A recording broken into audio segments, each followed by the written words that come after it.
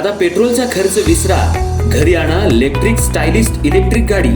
100% भारतीय बनावटीची electrics EV electric गाडी आता उपलब्ध।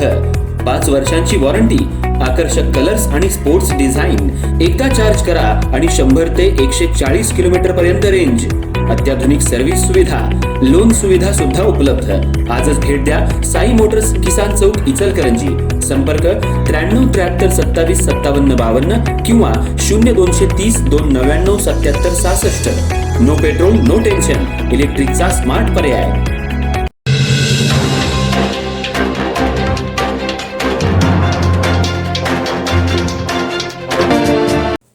इचलकरंजी शहरात वेताळपेठ परिसरात अमर कोरवी याची धारदार शस्त्रानं हत्या करण्यात आली होती। काल रात्री 11च्या दरम्यान ही घटना घडली होती। पोलिसांनी यातील सुरेश कोरवी आणि सूरज जाधव राहणार कोरोची यांची नावं निष्पन्न करून जुन्या वादातून ही हत्या केल्याचं निष्पन्न केलंय।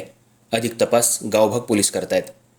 इचलकरंजी शहरात खून मारामारीच्या प्रकारात वाढ झाली आहे। सोमवारी रात्री 12च्या सुमाराला अमर कोरवी आपल्या मित्रांसमवेत एका बारमध्ये दारू प्यायला गेला होता।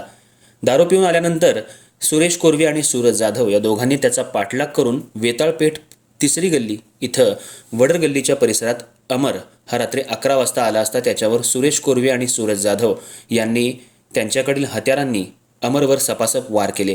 वार करत असताना अमर यानं हात मध्ये घातला असता यात अमरचा हात तुटला आणि त्याच्या मानेवर, पाठीवर, डोक्यात जबरी वार झाल्यामुळं अमर याचा जागीच दुर्दैवी मृत्यू झाला।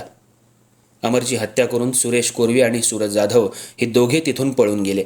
अमर हा रक्ताच्या थारोळ्यात रस्त्यावर पडला होता। यावेळी त्याच्या नातेवाईकांनी आणि मित्रपरिवारानं एकच आक्रोश केला। याची माहिती गावभाग पोलिसांना मिळताच घटनास्थळी पोलिसांनी येऊन पंचनामा करून मृतदेह शवविच्छेदनासाठी इंदिरा गांधी रुग्णालयात पाठवला। घटनास्थळी रक्ताचा सडा पडला होता। घटनास्थळी नातेवाईकांनी मोठी गर्दी केली होती। तणावाचं वातावरण त्या ठिकाणी पसरलं होतं। अमर याची हत्या त्याच्या कौटुंबिक वादातून झाल्याचं निष्पन्न झाले। कुटुंबामध्ये पूर्वीचा जुना वाद होता। हाच वाद मनात धरून अमर याची हत्या झाल्याचं निष्पन्न झालं असून यात सुरेश कोरवी आणि सूरज जाधव यांनी ही हत्या केल्याचं निष्पन्न झालंय। पोलीस पुढील तपास करत असून या हत्येची नोंद गावभाग पोलीस ठाण्यात झाली आहे। या घटनेमुळे इचलकरंजी शहरात एकच खळबळ माजली आहे।